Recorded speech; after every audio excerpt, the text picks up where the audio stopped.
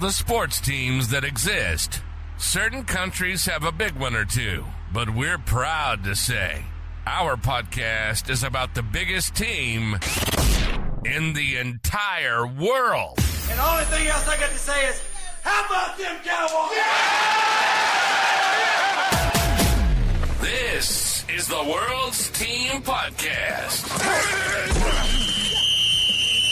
All about the world's team, the Dallas Cowboys, baby.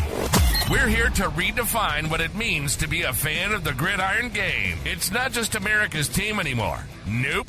We're taking that star-studded pride and spreading it across the globe. Each week, we dive into all things Cowboys. From game analysis that'll have you on the edge of your seat, to reactions and all the latest news. Whether it's free agency frenzy, draft day drama, or injury reports that make us want to hug our lucky jerseys a little tighter. We're bringing in fan groups from all over the place, from Germany, France, Brazil, the UK, Canada, Japan. Everybody gets to share their 2 cents on America's favorite team. Here we go. America's team, Mexico's team, world's team, my Dallas Cowboys. And now your hosts, Paul Stewart and Mike Poland. Hello, Cowboys Nation. It is the 14th of December, 2024. 11 days to Christmas. And it is another episode of the World's Team. Remember, it's not just America's team. It is the World's Team. As always, I am joined by my co-host. You can find him on bloggingtheboys.com. It's no other than Mr. Mike Poland. How are we doing, brother? Yeah, all good. We have survived another Friday the 13th, so we're still here, mate. Still counting down. We're still kicking about. Thank goodness, yeah. But I don't know about you. And Paul, we survived a very bad Monday night football. Yeah. I know this is the pre-game show for the Panthers. We will get into that, but we do need to highlight the absolute mess up that was the Cincinnati Bengals game. I'm lost for words, Mike. Like, going into that game, we were 3%, between 3 and 5% like to make the playoffs. It was a long shot anyway to make the playoffs, given our situation and how other teams in the NFC are doing right now. But after that loss, our chances now are pretty much under 1%, pretty much. Like, there is still a chance, but it's so extremely unlikely, and it's just not going to happen, especially when we've got like Tampa Bay and Philly still to play, and we still got the other game against Washington. So I feel as though our season's over. It's sad to say, but, and especially with now knowing, obviously, with the injuries that happened during that game against Cincinnati, with DeMario Overshawn, he's now sidelined till he's out for the year now. Zach Martin's out. Dak Prescott obviously injured early on this season. It just seems like this season has been absolutely riddled from all the bad luck we could ask for this year. And I'm just lost for words, mate. I'm lost for words, man. Lost for words. Yeah, I was going to say this season has been like a Friday the 13th. I see what you did there. Yeah. And what's most annoying about the Bengals game is it was a special teams play that killed the game. When you think that special teams for Dallas has been like really solid.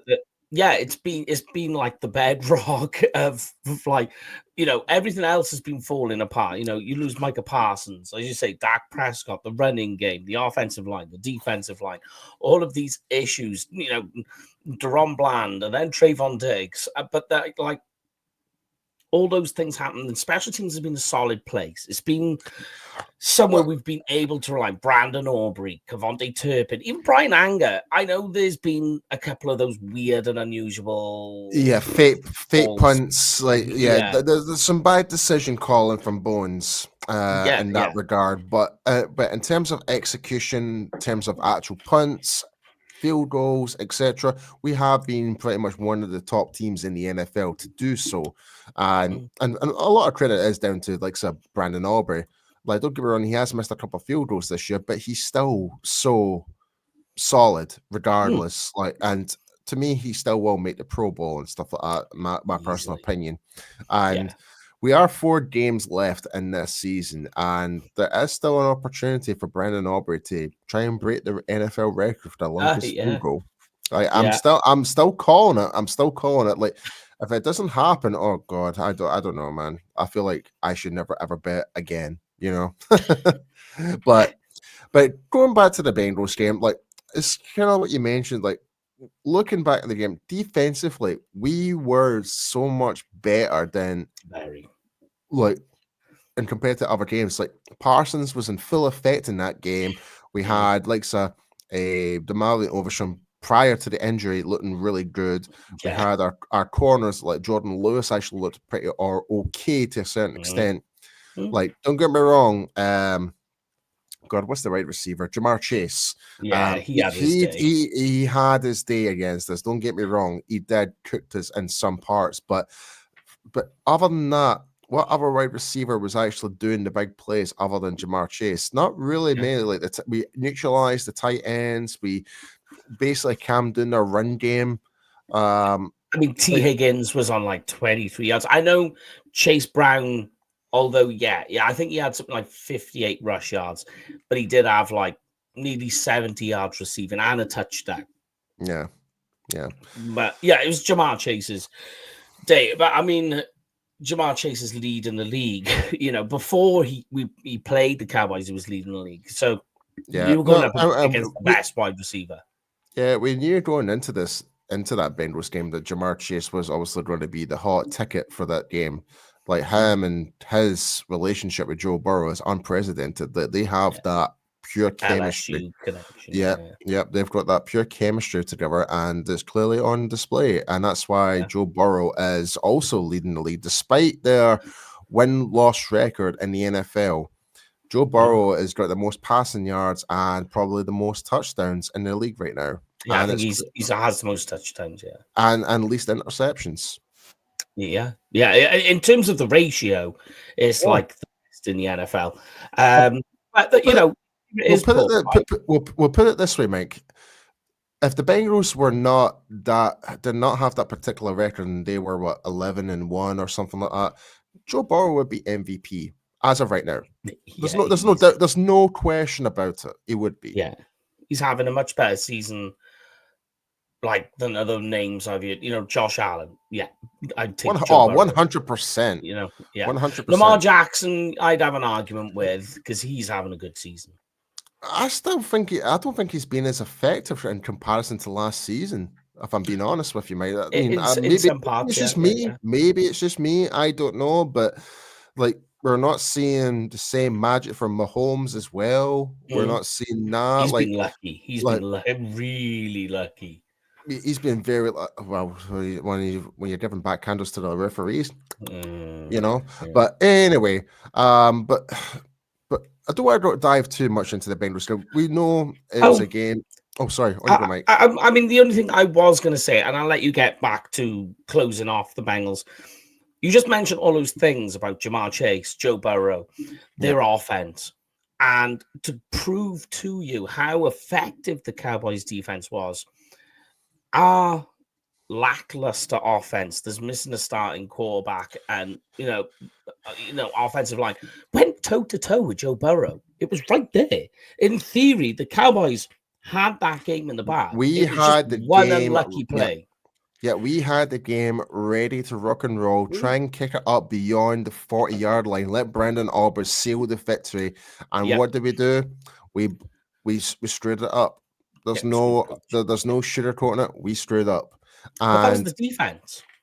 That was all on the defense that game that kept it competitive. And Rico Dowdle. Rico Dowdle had a great game. He really did. Like, that's his second game now, over 100 yards. We actually are starting to really truly see now, like, Dowdle as the guy. And you know, a little phone connection there, man. Sorry, that's all good.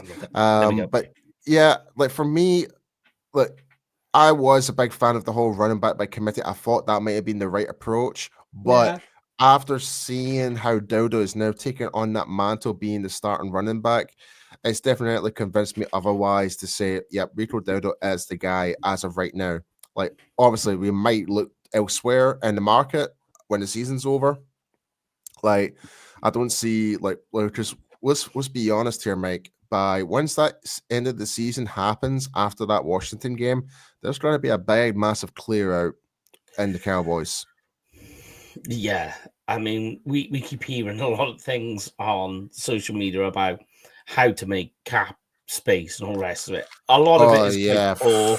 I mean, it's poor. They are poor takes, and I'm not saying that to disparage people. Some of these people who said things are our good friends, so I don't want to go too deep. But yeah, I mean, look, when the off season kicks in, and like this is the argument about a lot of fans saying, "Oh, I can't believe the Cowboys are playing to win. You know, they should be playing for high draft picks." It's like, well, unfortunately, you've got players who are vying for a job next year, maybe not even with Dallas. So it's what you're saying is not reality. Not just that, mate, right? I've been saying this all along, right? Yeah, cool. We've got a higher draft pick, but that means you're going to be paying more on contracts for rookies. Yeah. And also, high draft picks doesn't necessarily mean getting a good player. Like, look at CD Lamb. Look where you got Zach Martin. Look where you got Travis Frederick. It goes on. D-Law. Yeah. I will put it this way, mate. What have I keep on saying, and I'm being more particular about quarterbacks. Mm-hmm. The draft is a lottery. Oh, yeah. Yeah, just because you've got just because you've got the number 1 overall pick or you've got the number 5 pick does not mean to say you're guaranteed to have that like that 5-star recruited player from college is going to be an instant impact.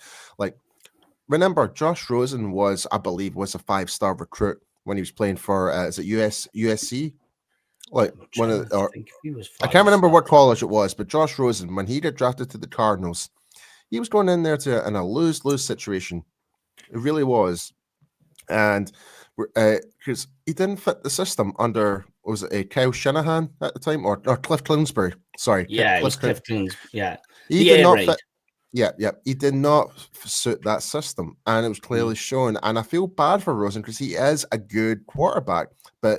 And my point to prove that, battle that, look at Sam Darnold right now at the Vikings. He's in a system that works for him, and look where the Vikings are as of right now. Look at Baker Mayfield at the Bucks. He has proven everything wrong. He's found a system that works best for him to bring the best. Brilliant example, mate. Jared Goff, like a guy who thought, like after the Rams, that's it. He's kind of done. It's like, man, it's like we were all thinking at the time of that trade. It's like, that's going to be one of the most craziest transitions. Like you're swapping quarterbacks and you're getting extra picks and stuff like that. I don't know who actually ended up in the long run better because, like, Matthew Stafford's not really doing that much now. Now he doesn't have all that star caliber roster anymore. But Jared Goff has been going from strength to strength under Detroit under Dan Campbell. So it just comes to show. But even other positions, like remember the Detroit Lions got that cornerback, what's his name, on the 5th pick overall. I can't remember his exact name, but he was supposed to be that star-studded cornerback, got drafted by the Lions, and basically just failed to go beyond expectations. I can see him as well. Yeah. The Lions fans were so happy about it as well. Like that's the guy they wanted. But if some players don't fit your system, they don't fit the system. And I Somebody think is listening to this and screaming his name out right now. I know. He was a good cornerback. He was an awesome cornerback. In fact, we're gonna have to Google it now while we're talking here.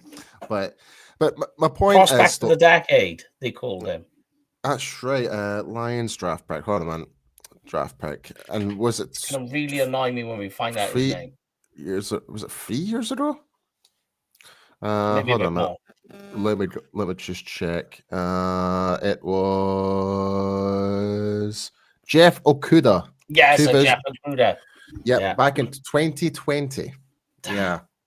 Yep, that's the one. I believe I forgot his name. So Okuda was actually like you kind of mentioned, he was one of the top guys, and he just Really good. never lived up to the expectations. It was the same with even when it comes to us, but other players like Taco Charlton and stuff Taco, yeah. like we're still kicking ourselves like, why didn't we draft TJ Watt? At the time, our scouts thought a Taco would have been a much more better fit within our team. Who knows? But it's sad to say though. But anyway, I don't know how we managed to transition into this part of the discussion. I really don't. Yeah, let's bring it back. Yeah, let's bring it back. So, yes, so we are going to be playing the Carolina Panthers, who have had quite a turmoil season themselves. But what is the most upsetting thing for me, Mike, is that as of right now, when you're looking at the Vegas money line and stuff like that, the Panthers are the favorites going into this game. I'm speechless. I'm absolutely speechless on this one. Like, don't get me wrong, like they did put up a good test against the Philadelphia Eagles. I thought they were quite unlucky in some parts of that game. Yeah, definitely. But there's still so many gaps and holes in their team, and I'm just like, are we that bad with all of our injuries to have the Panthers, the favorites, going into this game? What is going on here? I think the odds are with all of that. I think is playing off the idea that it's Cooper Rush. You know, you haven't got any starting quarterback in. You've decimated your offensive line. I mean, you could talk injuries as well in a moment if you want, because I mean, Cooper Beebe doesn't look like he's going to be playing. We lose Overshown. There's a host of issues there, and I think Vegas is looking at it and going, yeah, I mean, they're missing too much of the roster. But the trouble is why I find that hard to believe is that the same can be said on the Panthers side, that they're going to be missing two of the best defensive backs, JC Horn and Lloyd Johnson. They're going to be missing one of their linebackers, the rookie linebacker, Trevor Wallace. Josie Jewell isn't sure if he's going to be able to play. So, like, their defensive backs are already decimated by injuries. They lost a major part. Ironically, they lost Anthony Brown. Yeah. And then on the linebacker side, they lose their major pieces and a host of other linebackers on the call. So if they get about to lose another two linebackers, it's like, wow, what are you going to do? And this is a team that is worst against the run and is allowing the most passing touchdowns. I know.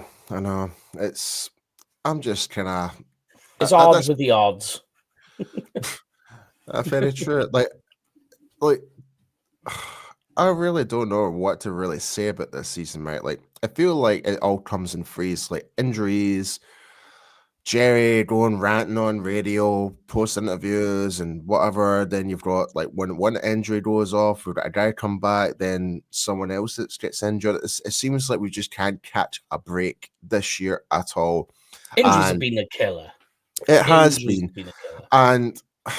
And there was a lot of promise and optimism going into training camp this year. Like, we were really happy with how things were kind of molding.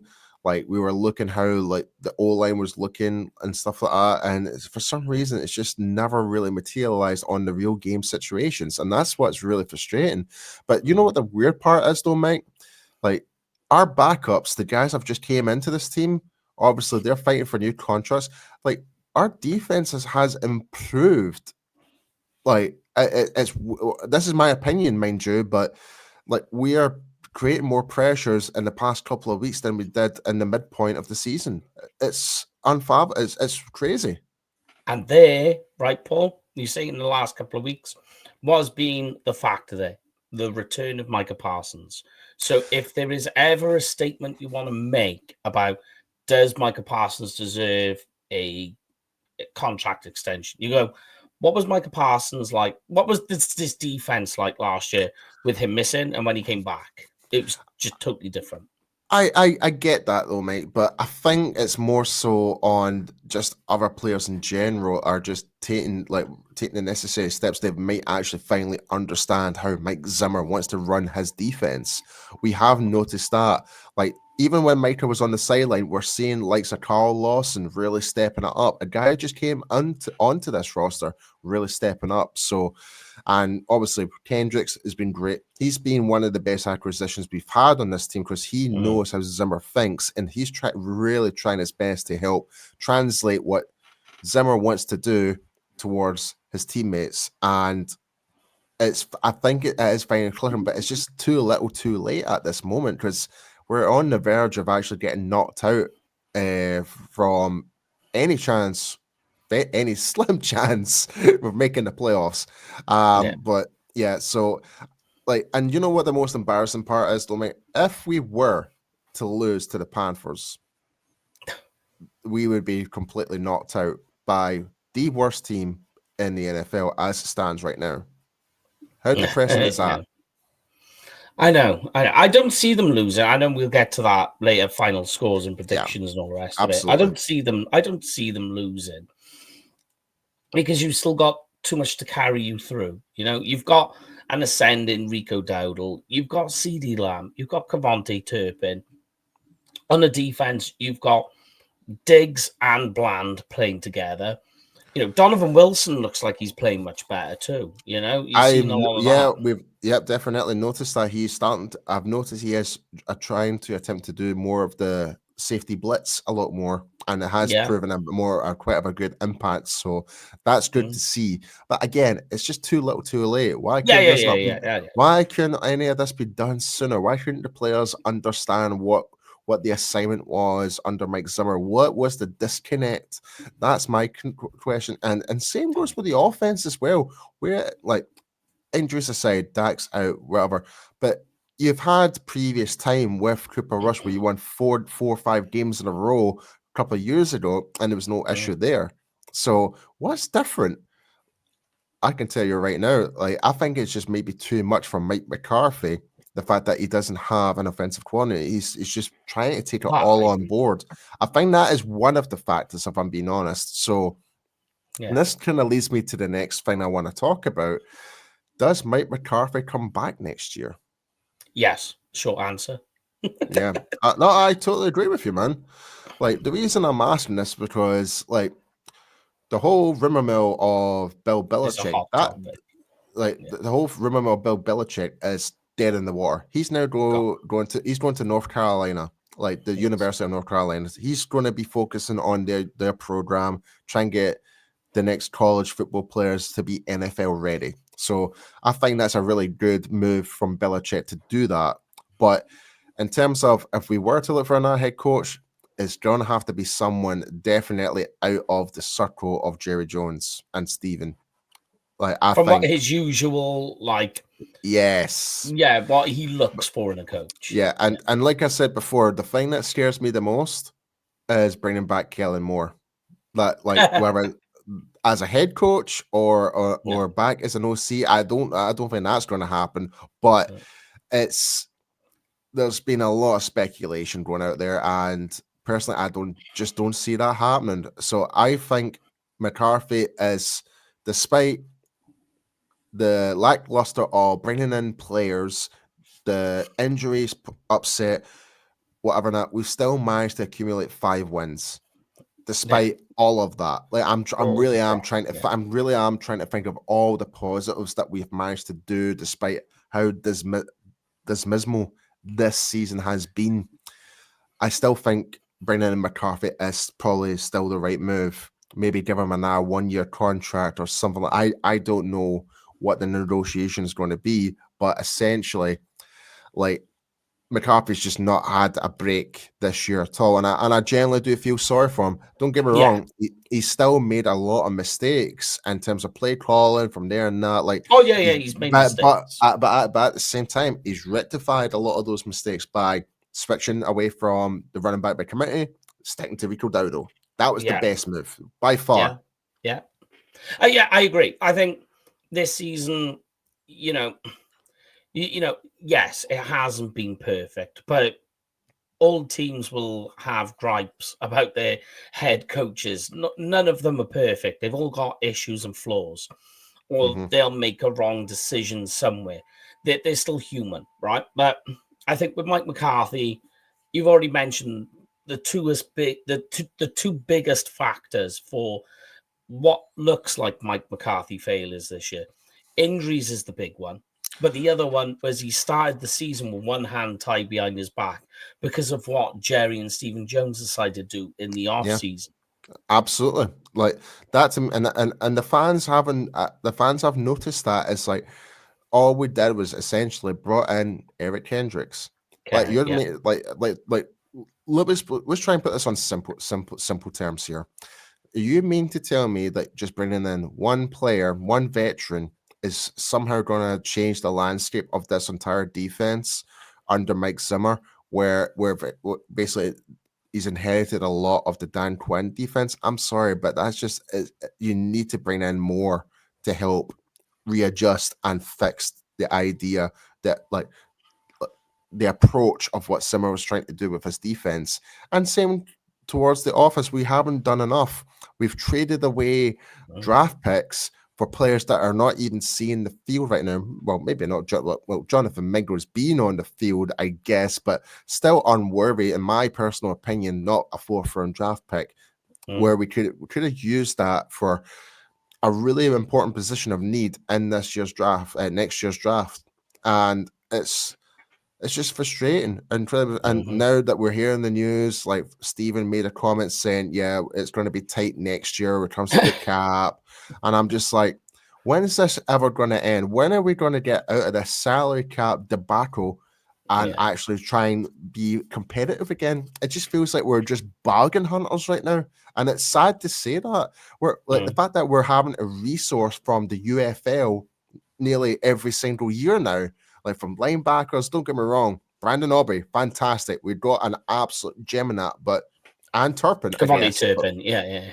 But we can't not just rely on that. Like we do need to bring in veterans, well-seasoned veterans who have played at the highest level in the NFL to help build this team, to build a good, much better foundation. And we're not doing that. It's like we're just scraping the surface. Don't get me wrong. We've been 12-5 for consecutive seasons. I think all things considering what Mike McCarthy has done with the lack of free agency, the lack of draft picks we're giving away. You got it. I think he's done an exceptional job, all things considered. Like fans can criticize Mike McCarthy all they want, but when you read between the lines, McCarthy has done a great job for the Dallas Cowboys, and I would be happy for him to come back.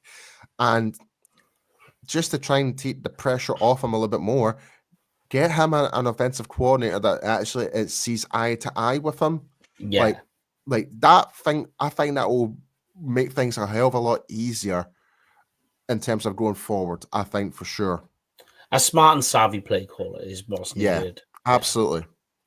Yeah, and like you say, because then Mike McCarthy, especially in games, can now concentrate on other things. I know he likes to hold the offense. He is. He wants to take that sole responsibility. It's like, if I screw up, it's all on me. Like, kudos to that. But we can't afford mistakes. Like if you're taking all this on your burden per se, like all this responsibility, there's no wonder we're making some like critical mistakes during the game. So there's nothing wrong for you to go out there. It's like, I think I do need an offensive coordinator that sees the way I see things to make the calls that I would like to do, but might see things in a different perspective. That's that's all I'm saying. And you know, because then you get Mike McCarthy then being more of a sideline general, which I think is sometimes what's missing. Yeah, and I thought we would have got that with Mike Zimmer, but obviously, like he's had health complications and stuff like because when you compare Mike Zimmer to what he's on the sideline as of right now, compared to when he was at the Cincinnati Bengals and the Vikings, different. Mike Zimmer was the type of guy who would go down and shout you down your throat. It's like, why did you screw up? Don't you do that in the next play, or else you're not going back on the field. With a few bleeps in there. Yeah, bleeps are not safe for YouTube and Spotify. Let's put it that way. But you get a point. It's like we just need that a little bit more attitude. But if there's been more fire. Yeah, like I was speaking about fire, there has been a little bit of saving grace, and that is Brock Hoffman. In fairness, He is fiery. Yeah, I agree. I like it. I like it a lot, but he just needs to be careful what he's doing. Very, very. Like, He came close last week. Yeah, he came close last week, but how he dealt with Dexter Lawrence in the Giants game was sublime. I'm sorry, but like he got him riled up so much that Dexter Lawrence like deviated away from the game plan. He did it so well, and actually just didn't have to work. We did not have to worry about Dexter Lawrence. He I can't even remember what the statistics were in that game, but it was not much. It was not much at all. But anyway, going back to the Panthers game, obviously, like as you kind of mentioned about the injuries, Diggs is questionable, Lewis is questionable, Kendricks is questionable, Randy Thomas is out, Cooper Beebe is out. The list just goes on, and it's. I'm at this point now. I can see why Vegas might have the Panthers to win this. I really do, and it's sad to say it. I tend to agree with it. No, I don't. I know you wouldn't agree with it.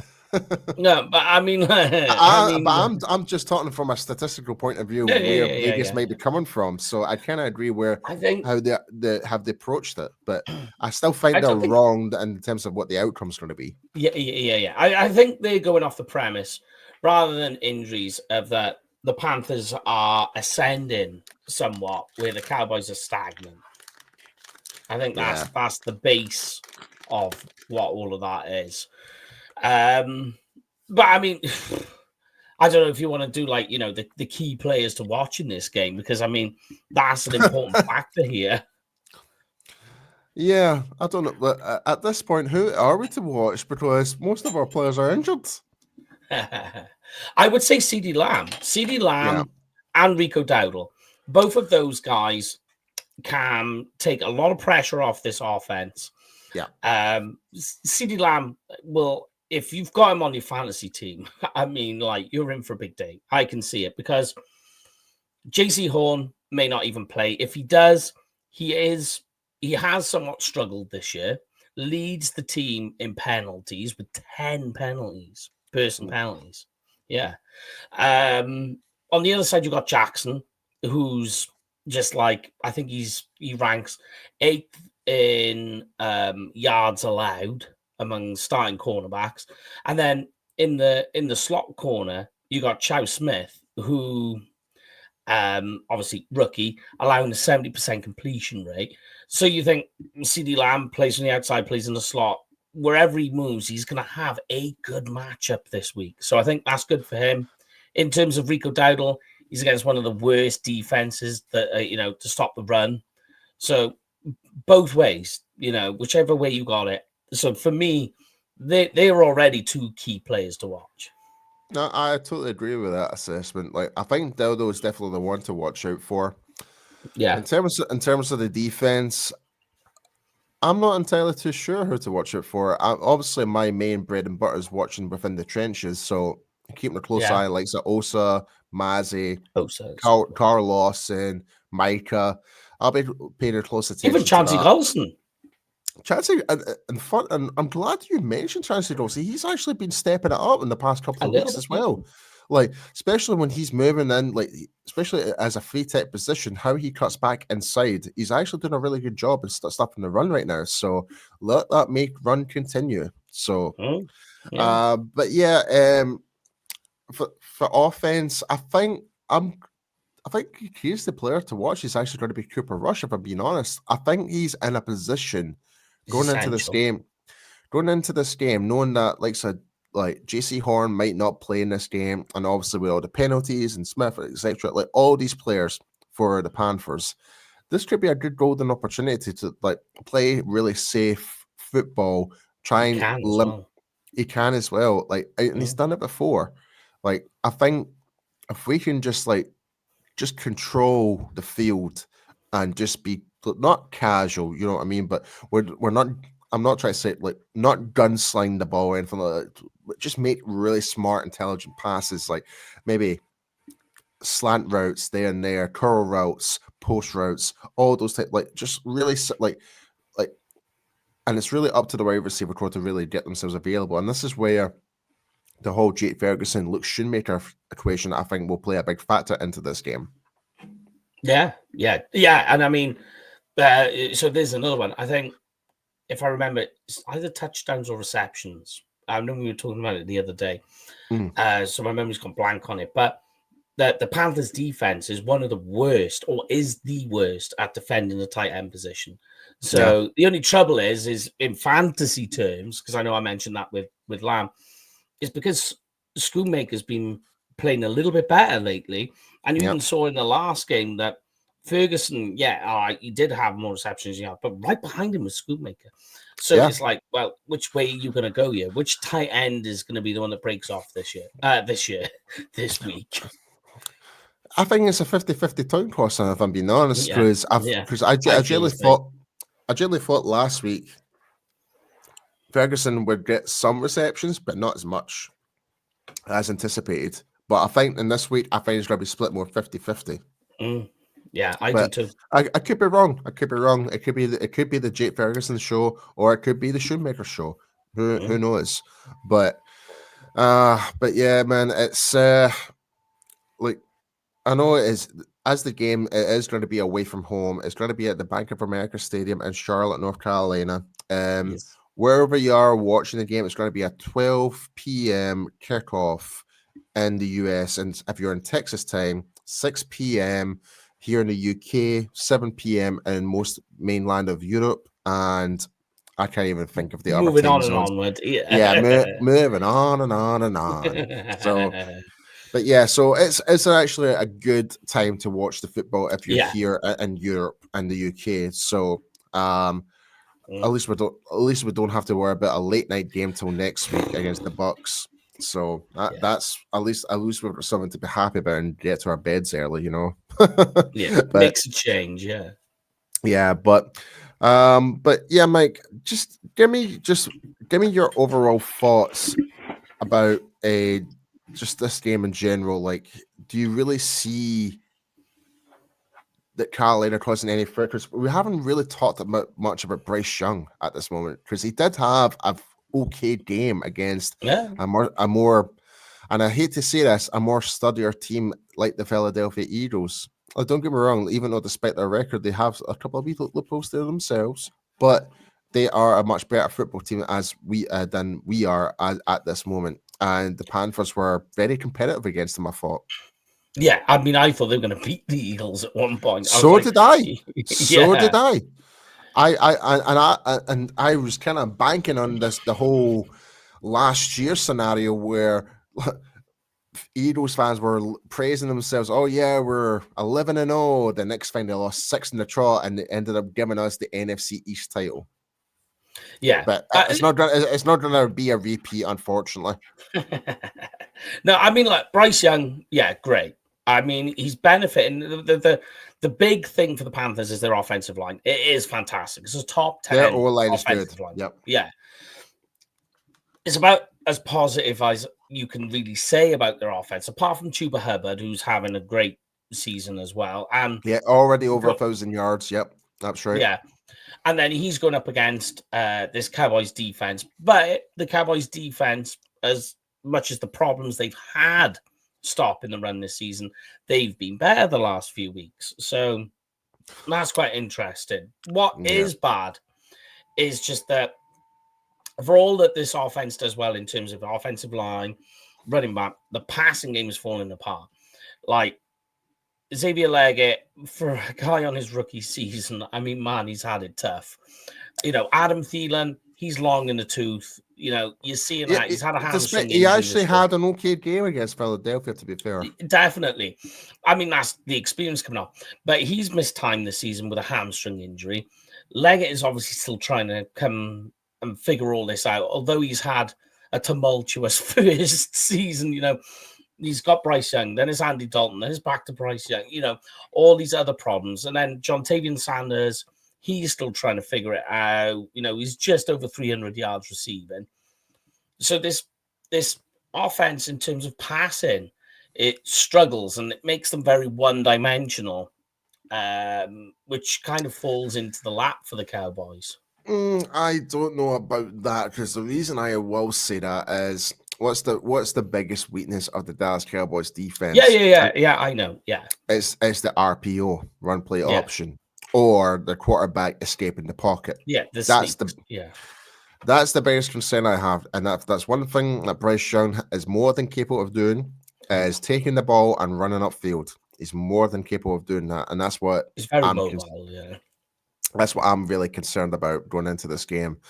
So, and that's one thing like we will need to fix by just going forward. Like, I'm not even talking about as of right now, but it needs to be fixed. We need to stop, prevent quarterbacks from getting at the pocket and running up for 5 to 10 yards and gaining first downs every single chance. The fact that we were letting Daniel Jones doing it last year and the year before that, and we saw Lamar Jackson doing it like as if he was just basically strolling out, like robbing a bank, essentially,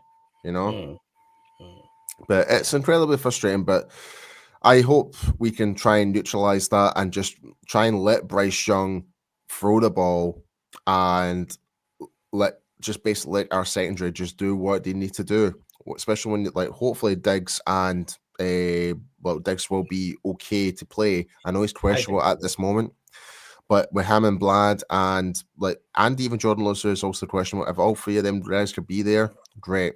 I think they can really nullify Bryce Young and their wide receivers and really put the pressure on. But it's going to be a tough task for our defensive line going up against a really sturdy offensive line in the Carolina Panthers, I think.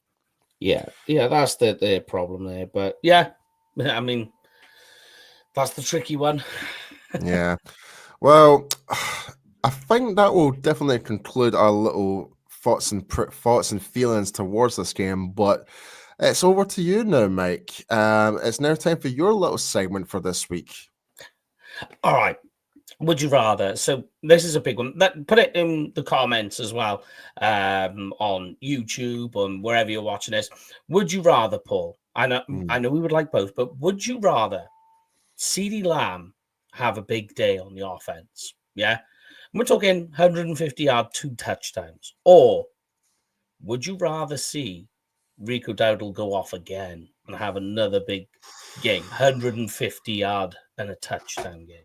Oh, what would make you happy? What would you rather? I know we would rather both, but this is just a hypothetical, fun question to ask. If it were me, it would be Rico Dowdle. Yeah. Reason why it will give more confidence to our offensive line in terms of the run blocking. It will give more confidence to Cooper Rush and even Dak Prescott on the sideline, knowing that the run game can be executed correctly. And that means it takes the pressure off on likes of our quarterbacks, takes the pressure off the offensive line, knowing they can do it. And also it just gives the wide receivers an absolute breather to not get absolute tracked to the high heavens by cornerbacks and safeties and whatever. So I think in that sense, I would rather prefer to see Rico Dowdle do it again. Yeah, that's where I'm at as well. Because I just think, if you think with the teams that we'll be facing in the next few weeks, Washington, Philadelphia, Tampa. If you think you've given your running game this spark, for those last few weeks, you'd be like, ooh. Yeah. Then it's kind of from there you go, well, Dowdle's season's over. Should we re-sign him, keep him around? Because he's got something in the tank here. And then when you get into the draft, because that's what I'm thinking, you're like, we don't need to draft a running back. I do think we need to draft a running back before people I still agree. You just don't need to go get one in the first round. Yeah, because when you think about it, Zeke is unlikely to come back next year. Yeah. What's going to happen? Dalvin Cook is gone. I still don't understand why. From a marketing perspective, yeah, cool, whatever. But he hasn't played, really.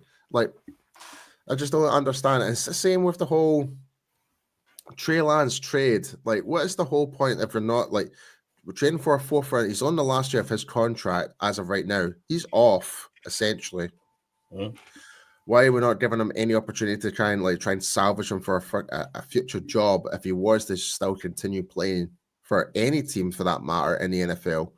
So the fact that, yeah, I'm just at that point, mate. I'm just like, it's embarrassing. It's embarrassing. It's just simply embarrassing. Like the fact is, right? The fact I left a Cowboys game early, that comes to show how embarrassed I am as of right now as a Cowboys fan, and that's saying something. I always stay or try and stay till the very, very last kick of the ball, or to the final whistle, till the clock goes 0. I try and stay there. But that was the first ever Cowboys game I actually left early. Was the Houston Texans game.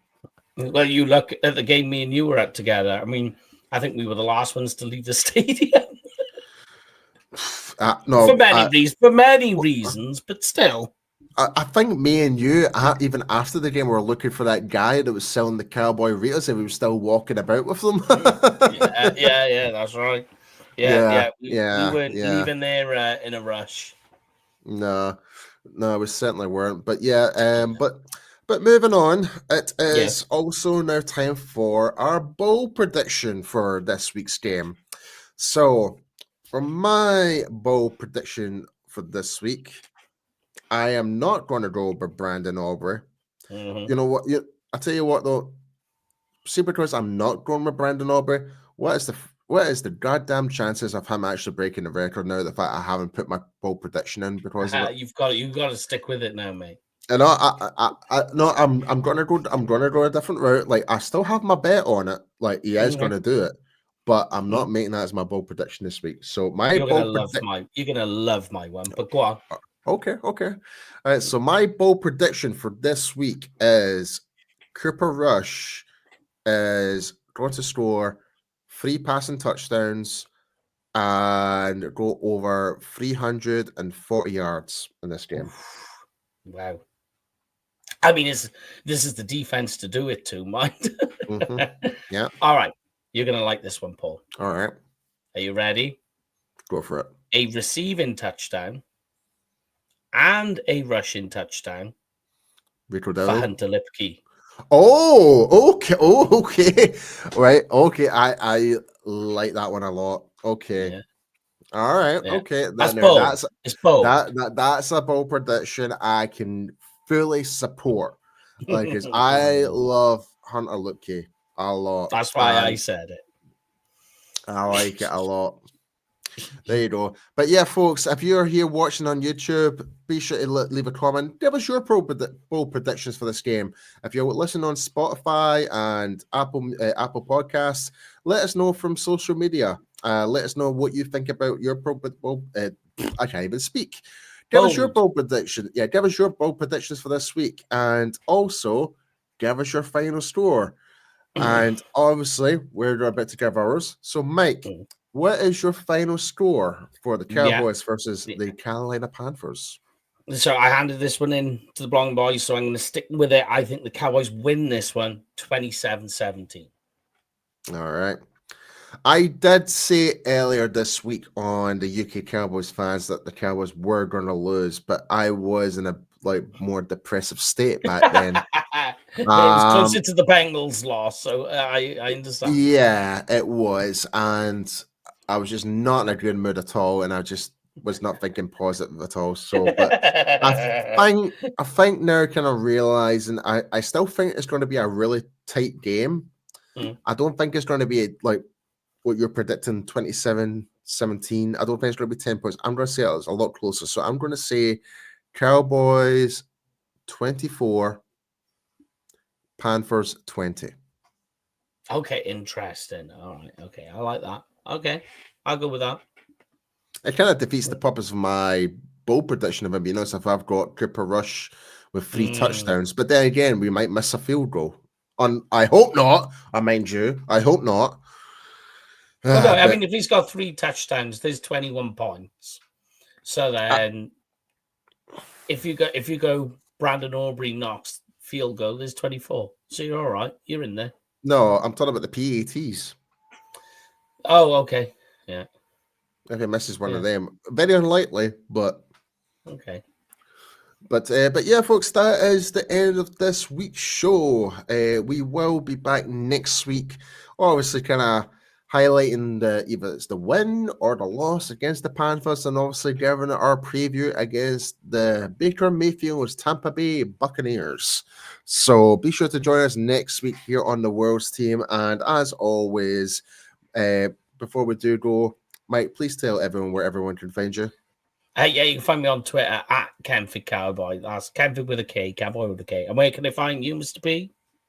You can find me at IamPstew on Instagram and Twitter. But before we do go, I almost forgot to play our sponsor message. So we'll be right back before we finish up. So back in one moment, folks. The World's Team Podcast is brought to you by Cowboys Experience. The ultimate Cowboys experience with stadium tours, meet and greets, tailgating, game tickets, and much more. For more information, please go to www.cowboysexperience.com.